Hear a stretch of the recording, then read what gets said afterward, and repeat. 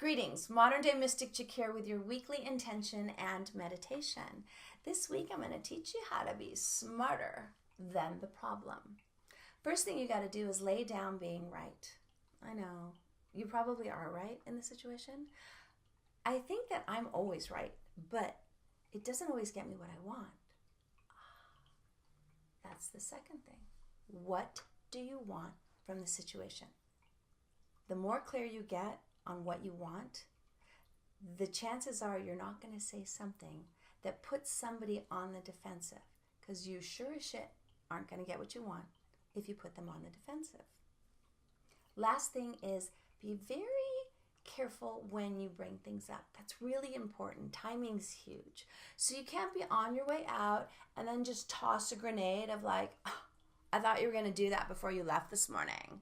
And then go on your merry way, and then you come back and you're just like, hey, babe. And they're like,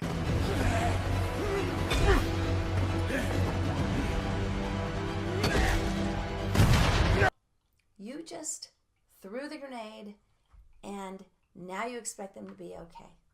So that's another thing. I hear a lot of times people say, all I said was this, and I would have never freaked out on that. Okay, they're not you, by the way.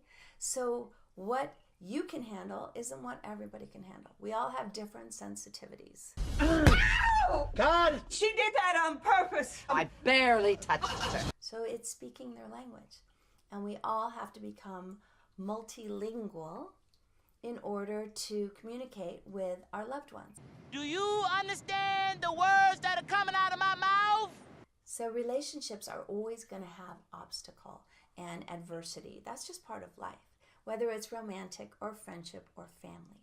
You chose all of those people to be in your life so you could make breakthroughs and to bring about lessons for you to grow. Now I pick you. You don't pick me, you're stuck with me. Okay, so it wasn't the best choice. I'm with you on that. But you did. You chose her. So now you get to go through life with her, and that's okay. But we have to learn how to speak to these people. Let's take the example of I normally do the shopping, but I'm kind of getting bitter and I'm feeling taken advantage of. And you come up with, hey, why don't I do it for a while? And I'm like, wow, thanks. Yes, please, great. Here's my list. And you come back and you miss some things. Flames on the side of my face. But you let it go. Then 2 weeks goes by and they still haven't gotten back to the market, and you're like, what's happening? So I can enter this with the knowing of what I want is I want everything on my list and I want it in a timely manner. So when I approach you, if I say things like, You had one job.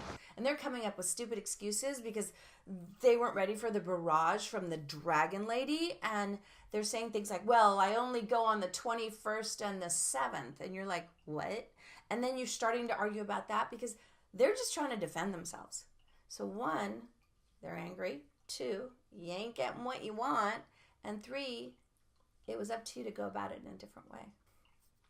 What about employees? How do you approach them if they have been told multiple times how to do something and what is expected of them and they don't perform? What do you think of a person who only does the bare minimum? Now, I can walk in with like, what's your deal, dude? That's one way to handle it. But all that's going to do is send them into fear mode because, again, the dragon lady has appeared. You know, I get dragony sometimes, but I've really learned to tone it down, just telling you. This curse will last to the end of time. First thing you do is point out what they did right and then say, but we still need to work on this other stuff, and maybe if I do it with you a few times, you'll get the hang of it. So now it's like team mode, okay? And they're much more likely to perform the way you want them to if they're feeling there's a team and they feel supported and they feel that you appreciate them. Like this guy right here, handsome, and he's probably a dummy. And then this guy, he's short and insecure, and he's probably good with money. Oh, you are good with money. So again, do you want to get what you want, or do you want to be right? choice is yours. I want what I want. And you may call this a manipulation, and maybe it is. But if I do it with compassion and love, and we come to some sort of meeting place where you're willing to do what I want, and I'm willing to do what you want, I don't know. Sounds like a great plan. Modern Day Mystic Chick here with your weekly intention and meditation. Being smarter than the problem. Taking a few long, deep breaths. Allowing the signal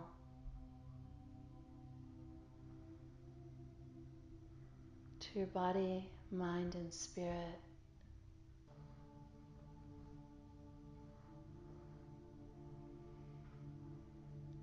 that we are embarking on a meditation.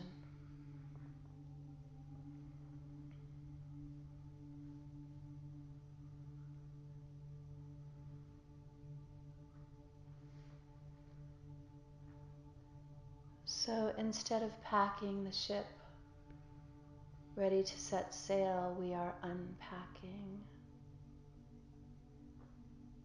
releasing the day, our jobs, our responsibilities,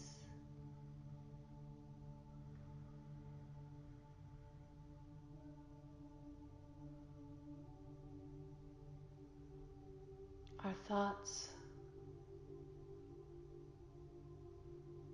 our physical work,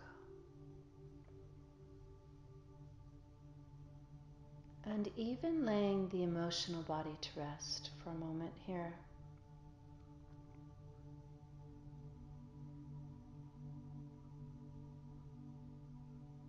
I say it again.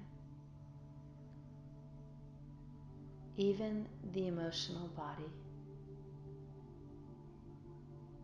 lays to rest.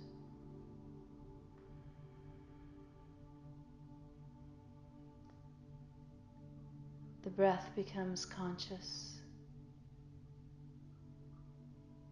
and present.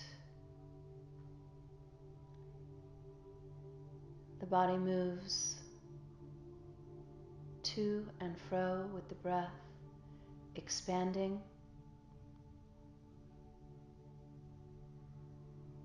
and releasing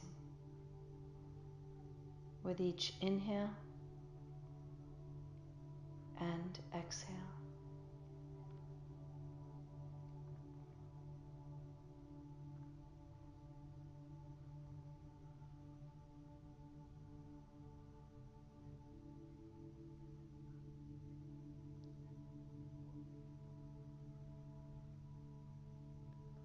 All in sequence, the body starts to surrender one part at a time.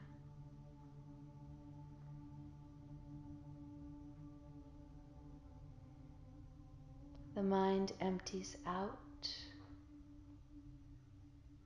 The emotions quiet down.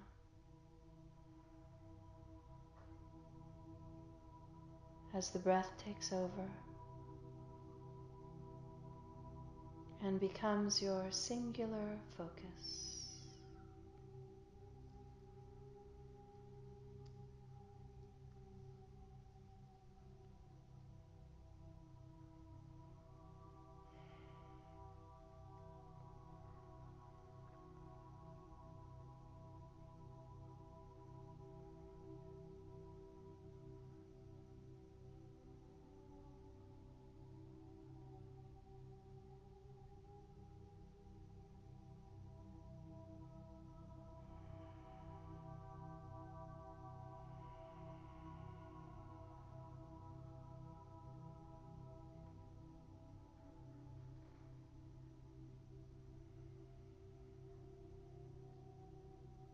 Transporting yourself to your sacred space.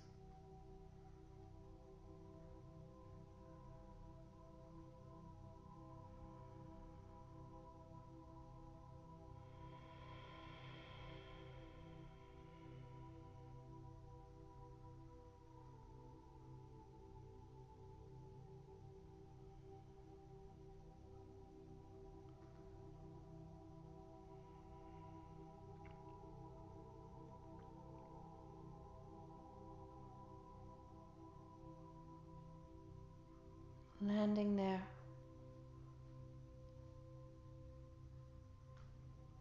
we beckon our guides and angels and spirit animals to join us on this journey.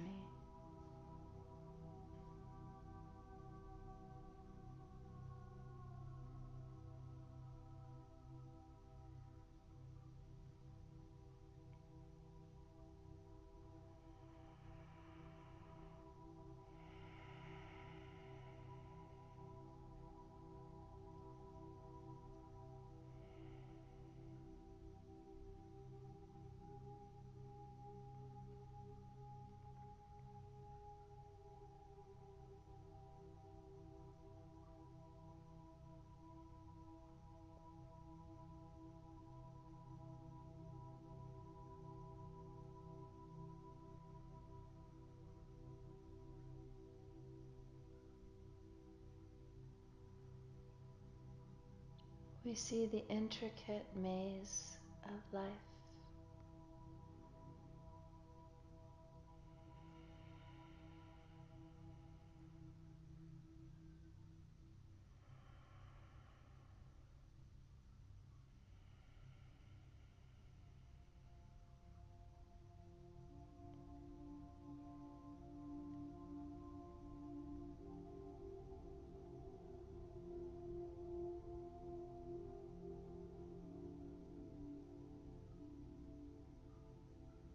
Today we don't enter the maze.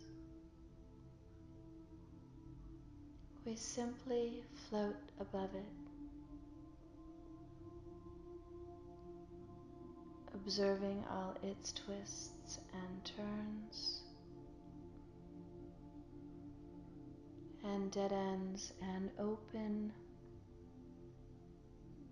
throughways.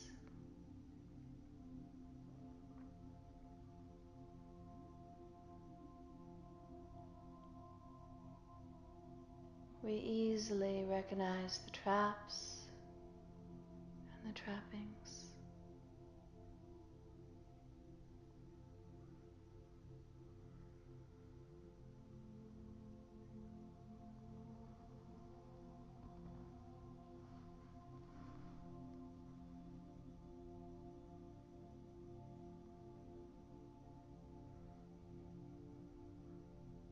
We look to the high roads. They are open and peaceful.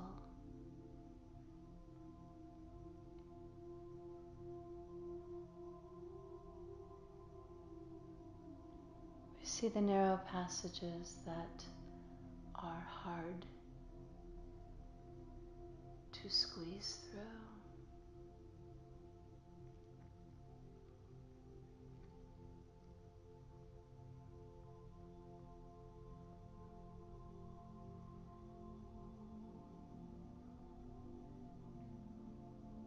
Flowery gardens,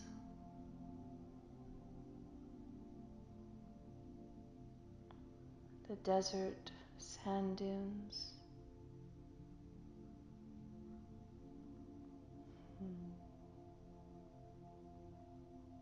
the high ocean waves.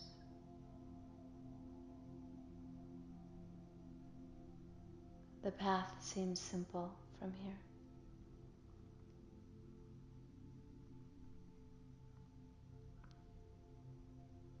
As if watching a beautiful movie, a beautiful story.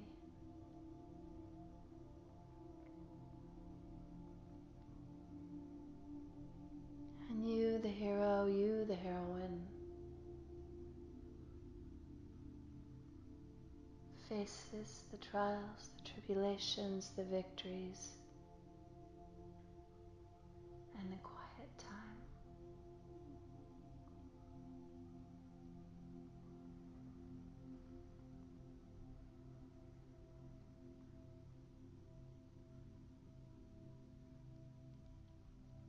Path of least resistance seems effortless to navigate.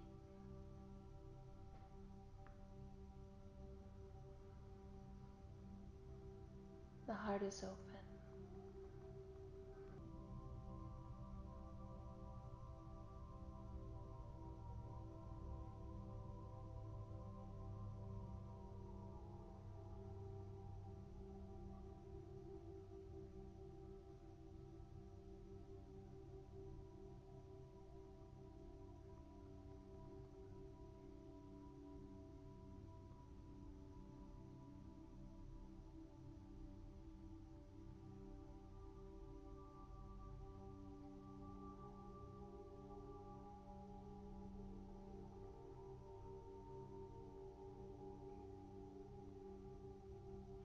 Gently touch back down. The starting point of the maze.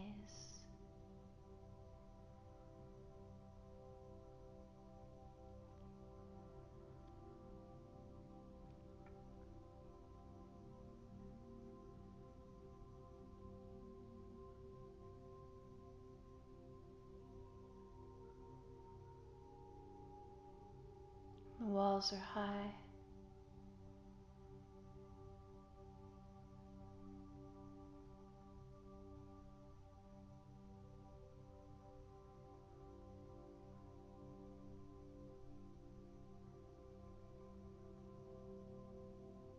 We see how easily we could get caught in a dead end.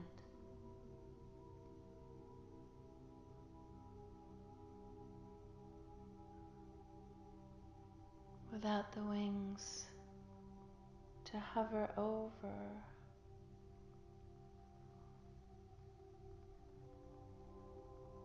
the vantage point is much different.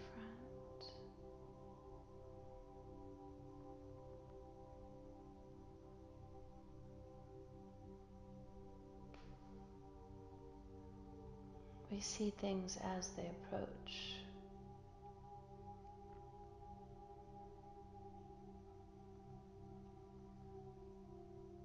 We must walk through these portals, these gateways, these obstacles, one at a time, unsure of the outcome or what lies on the other side.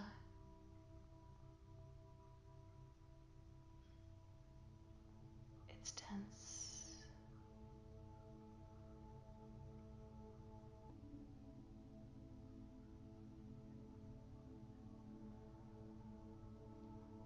Lots of dark corridors.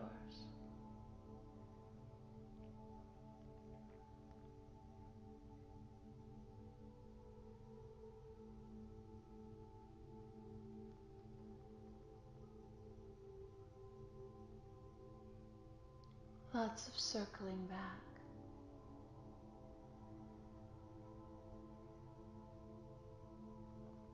To the starting point.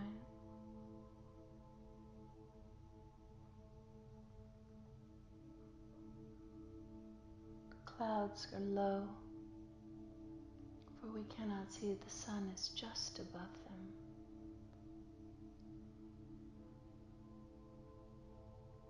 The view has changed.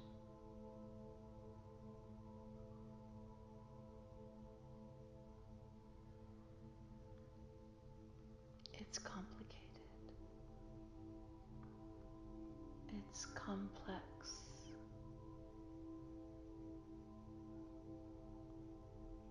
We stop. We kneel. And we call in our divine power.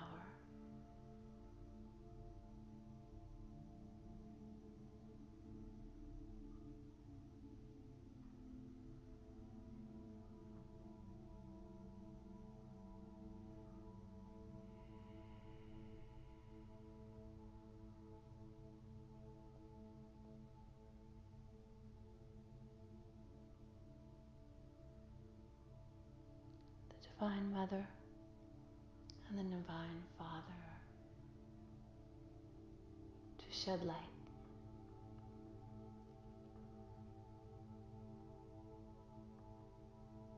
And our hearts open, and there is no place left for fear.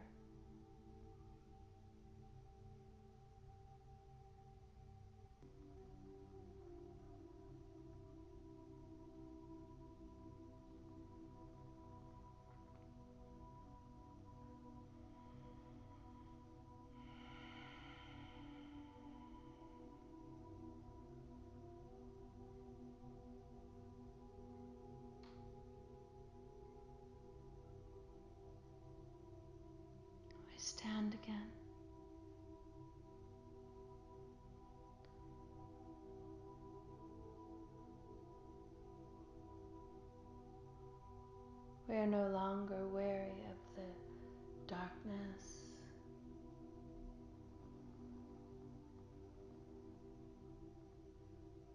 In fact, we welcome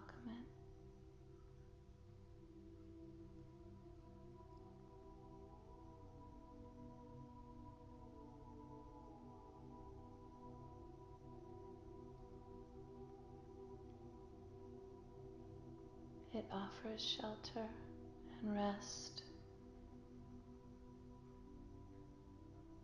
and the promise of the light again.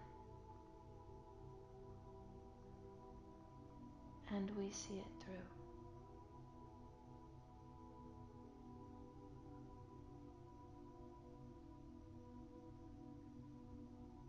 Until the sky opens up again and we continue our journey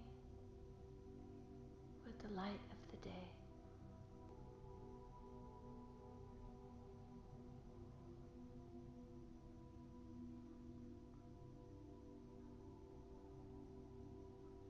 Making our way through the tangled forests, we see opportunity for growth.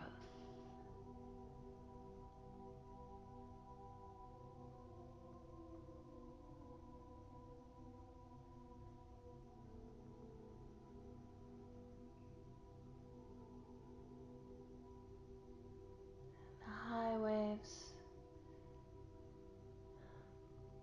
beckon us to dive deeper to still waters.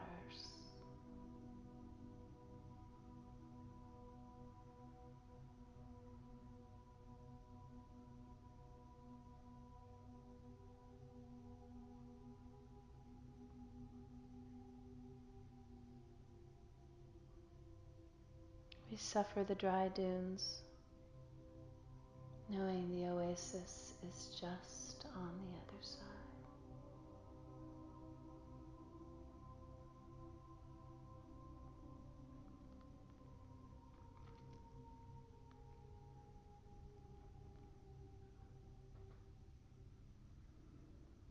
And we rest in the abundant garden and commune with nature and our high self.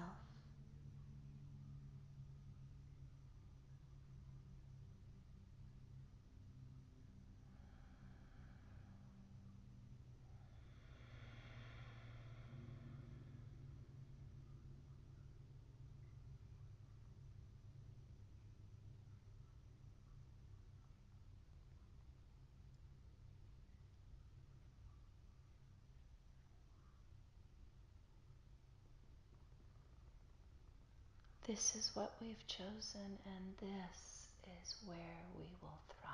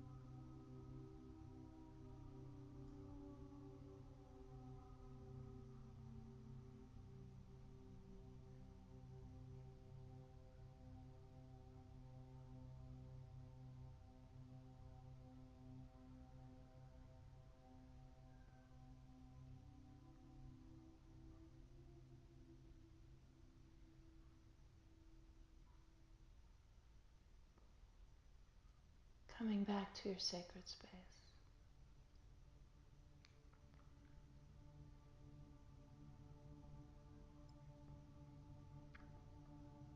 Thanking your guides, angels, and spirit animals. Bidding them farewell, merry meet and merry part. And merry meet again.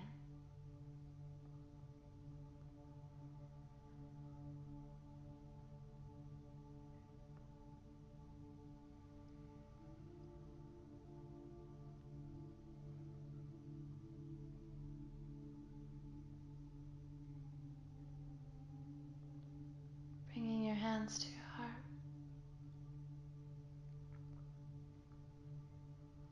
Inhale, being wiser. Exhale, then the problem.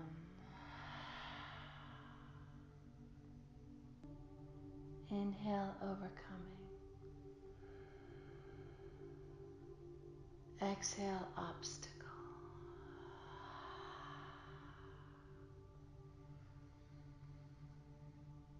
Inhale, releasing. Exhale, being right.